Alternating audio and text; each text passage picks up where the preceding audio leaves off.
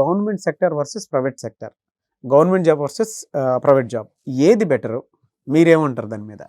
ఓ చిన్న ఎగ్జాంపుల్ చెప్తాను.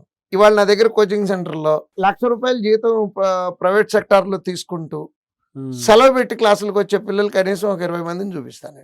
బా ₹1,00,000 జీతం వస్తుంది కదా అన్న, నీకెందుకు మళ్ళీ బ్యాంక్ క్లర్క్ అంటే, సార్ తట్టుకోలేకపోతున్నామండి. Pressure, stress. ఏం తట్టుకోలేకపోతున్నాం అన్న, టైమింగ్స్ మ్యాచ్ అవ్వట్లేదండి. మా ఆవిడతో మాట్లాడుకోవటానికి టైం కోసం ఎతుక్కోవాల్సి వస్తుంది.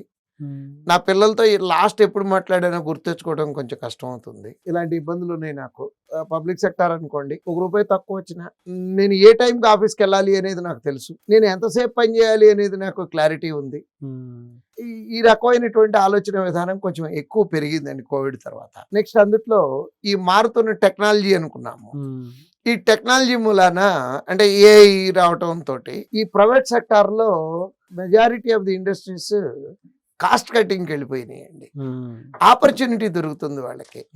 సో కాస్ట్ కటింగ్ అనేటప్పటికి ఏ లెవెల్లో ఉద్యోగాలు తీయాలి అనేది డిసైడ్ చేసుకొని సింగిల్ మెయిల్తో ఉద్యోగాలు తీసేస్తున్నారు.